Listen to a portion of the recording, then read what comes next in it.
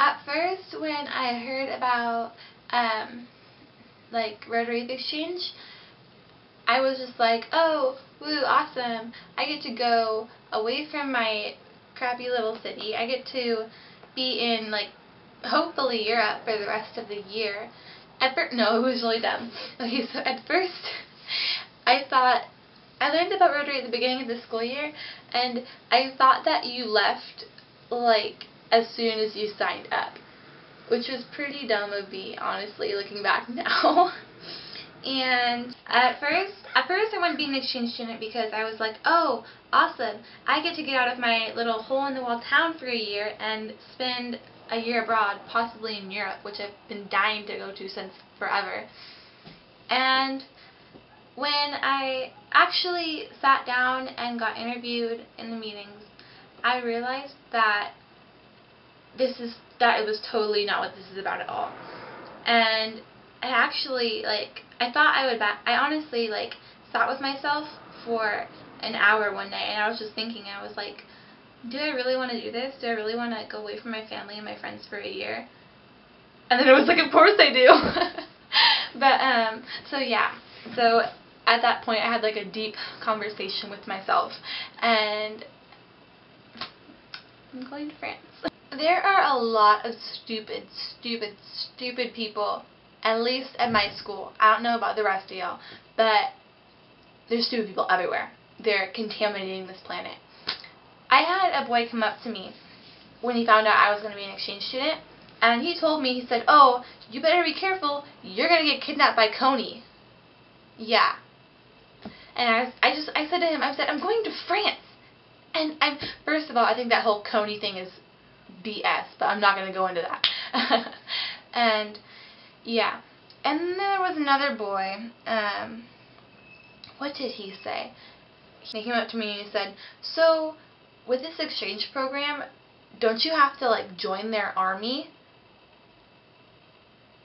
And I was confused. I was like, where did you hear this, first of all? Because it's obviously not with Rotary. I don't know about ASF, but no, I'm just kidding. Yeah, and so he said, don't you have to join their army for a year as like a payback? Like to thank them for letting you stay in their country? And I looked at them and I said, I'm going on exchange. I'm not, like, selling my soul. And I mean, I'm nothing against French army or anything, but I wouldn't want to join their army. I don't want to join any army. No offense to any army people out there. But, yeah, I would say just get prepared to be asked a bunch of stupid questions, because you will be bombarded with them by the idiots, whatever idiots are roaming your school. Everyone at my school has been talking to me about exchange, and they've just been, like, head over heels crazy about it, and I have no idea why, because it's like, other kids have gone on an exchange at my school, come on. I think it's just because I'm a freshman, and all of them are like, oh, look at the freshman, she's going to go to another country. This girl asked me, she goes, you're going to live in France, right? And of course I told her, yeah, I'm going to be an exchange student. And then she says, well, where are you going to live? And so apparently nobody gets the concept of host families, because every time I try to explain it, people get this, like, confused expression on their face, and they ask if I'm going to be living with strangers, which, I mean, I guess they technically are strangers, but they're FBI-approved strangers. But yeah, so I told her, I explained host families to her, and she goes, every single person goes, well, what if they're a serial killer? What if they're a rapist? What if they're going to, like, hold you hostage? And I'm just looking at this girl like, are you kidding me right now? I had a girl come up to me and she goes, hey, so you're going to Paris, right? And I say, oh, I'm not going to Paris, but I'm going to France. And so she says, oh, cool, so they speak French in Paris, right? And I'm just, like, confused at this point. So I say, they speak French in all of France. And she just looks confused for a minute, and she thinks about it, I guess, and then she says, so, is France close to Paris or something? And by this point, I'm just like, Lord help this girl. She obviously does not have a clue what is going on in the world. And so I told her, Paris is in France. And I literally fought with her for at least 10 to 15 minutes. And I actually had to resort to pulling out a map on my phone and showing her that Paris was in France before she actually believed me. So, yeah, that doesn't really help that America is stupid stereotype. One thing I'm not so excited about is the suitcase situation. As you can see, I have a lot of clothes. There's even more on that side. So, I don't know how I'm going to pack up all this into a suitcase this big. And also, since I guess I'm an exchange student, everyone feels the need to compare me to the girl from Taken. And I've honestly never seen that movie. I've just heard what it's about. And it's like, no. No, no, no, no. One thing I would advise people not to do is buy anything that has their country's logo or books about their country or anything until at least a couple months after you've heard that you're going to that specific country. Because in my situation, I thought I was going to be going to Belgium for about 3 or 4 months. So I bought books. I bought like 7 books like this that about specifically Belgium. And I spent like $50 on books. And then I get an email and I say, oh, just kidding, you're going to France now.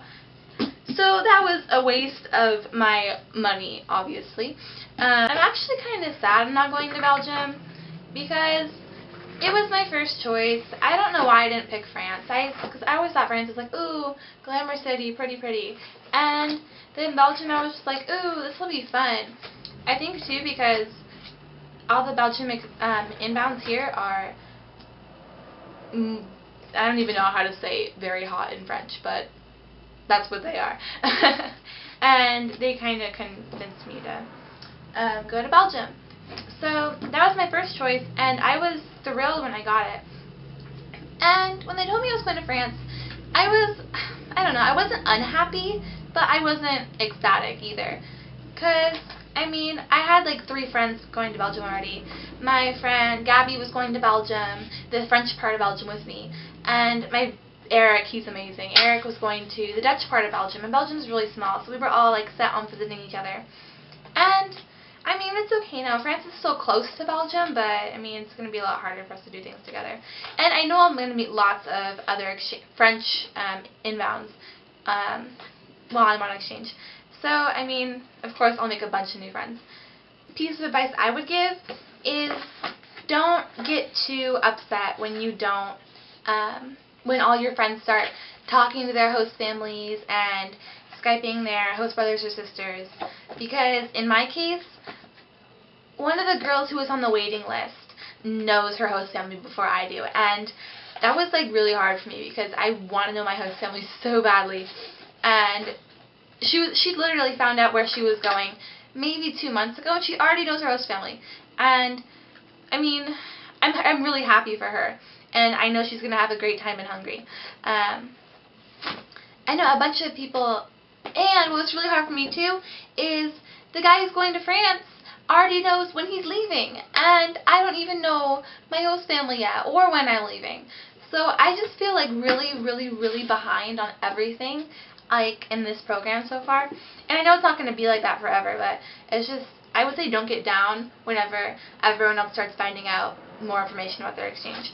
Because you're all going to find out in the end, and you're all going to have an amazing exchange, and you're going to have an amazing time, and you're going to meet so many cool people that you're not even going to remember when you were feeling depressed like this, like before you went on this amazing part of this year in your life.